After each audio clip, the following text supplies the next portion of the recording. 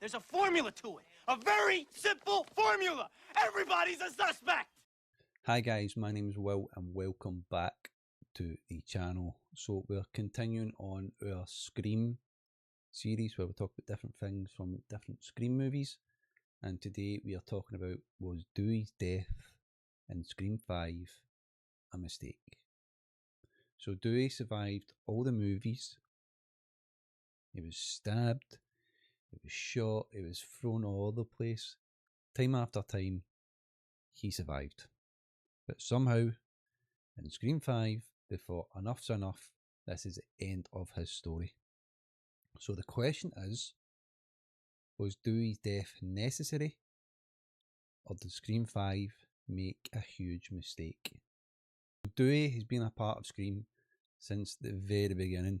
When we first met him in 1996, he was a young deputy trying to protect the people of Woodsboro from Ghostface hunting them down. Over the years, Dewey's went from being a goofy wee cop to be one of the franchise's most trustworthy and most important characters in the franchise. So he survived the original Ghostface, he survived Scream 2, Mickey's and Billy Loomis, Mrs. Loomis, he survived Roman Bridges, and he survived Jill Roberts and Charlie in Scream 4. But by the time we reach Scream 5, Dewey isn't just another character now. He's that legacy character. He's one of the last remaining OG characters in the franchise, along with Sidney, Gale, and obviously Dewey himself. So I always say so. One of the reasons Dewey's death hurts so much to people and me alike, it represented something different from your Sidney and your Gales. It wasn't a final girl. He wasn't a mastermind. He wasn't a horror expert like Randy. It was just Dewey. And that's like, it feels like a real person in my heart. I'm like, oh, Dewey's dead. But he was just a guy trying to protect everybody. Even when he was scared of Ghostface, he would literally put himself in the middle so the person couldn't get hurt. Prime example, how he died. Like, they get in the elevator and he's like, no, I need to finish this, and that's how he dies. He's protecting the people he just really met, and that's what makes his character easy to root for. His character also brought that sense of humour, that goofiness, in which was Scream was ultimately a dark sort of franchise with murders and stuff. It was that comic relief, but in a toned down sort of way. So he was like unique, had heart, he had bravery. That's the whole package of Dewey. And when you remove that huge part of the movie, or you remove that huge part of the character, you end up what made the original Scream feel great and unique. It takes it away from it, like we've seen in Scream 6 and 7. His presence not being there, it kind of felt a bit off. Now, to be fair, there's a strong argument for killing Dewey in Scream 5 and what he did. Even though I personally don't believe he should have died, there is still that argument.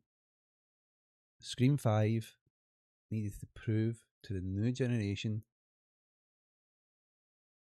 that all bets are off.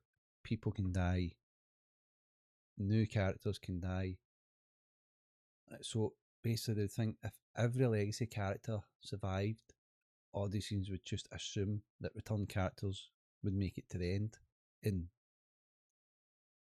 to be fair, in Scream 6, everybody gets absolutely slaughtered in that movie, and they're all singing and dancing at the end. But I digress. Ghostface kills him, and the audience are like, holy shit, nobody is safe in this movie. And that's especially important because Dewey had survived 4 previous movies, and that's maybe why you're thinking, Oh, he's stabbed, he's got to survive. But that, up, dead, finished.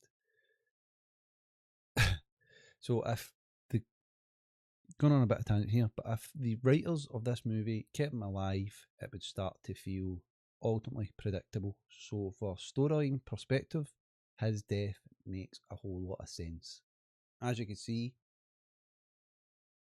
I had to take my ghost face mask away because they kept my camera kept focusing on Naaman's faces instead of myself. Not that I'm saying I'm better to look at, but it is my YouTube channel after all. So, back to the point. This is where Scream 5 gets questionable. So, Dewey's death in itself, I feel, isn't the problem. It's the way his story ends.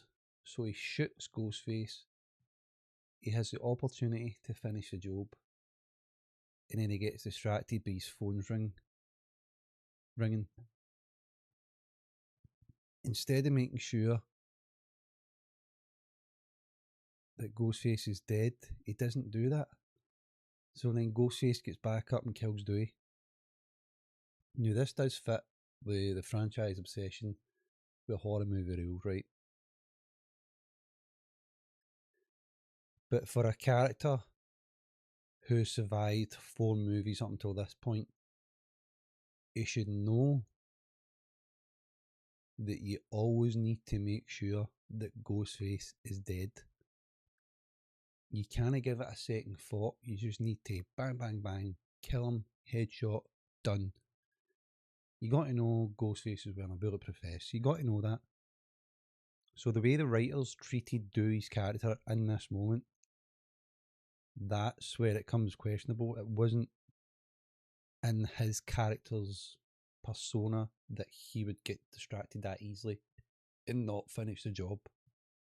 So I was going to say so again, but there's a reason this scene works. And although I said it again, I do not agree with it. Dewey shouldn't have died, but the reason it works is because it makes this new Ghostface terrifying.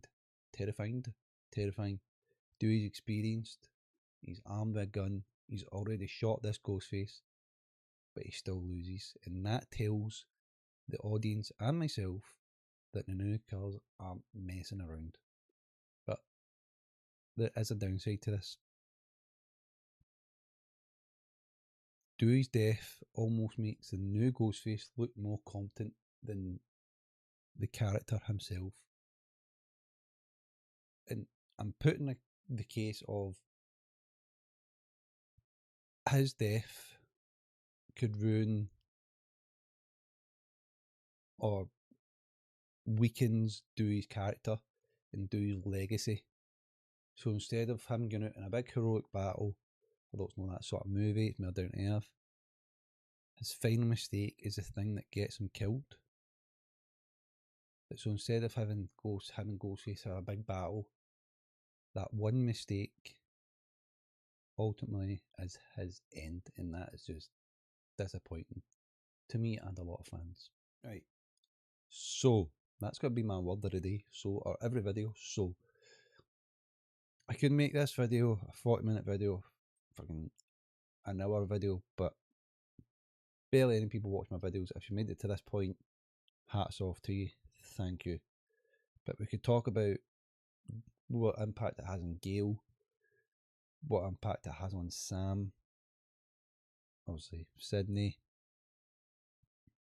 We could theorise about how if he survived, like what impact that would have.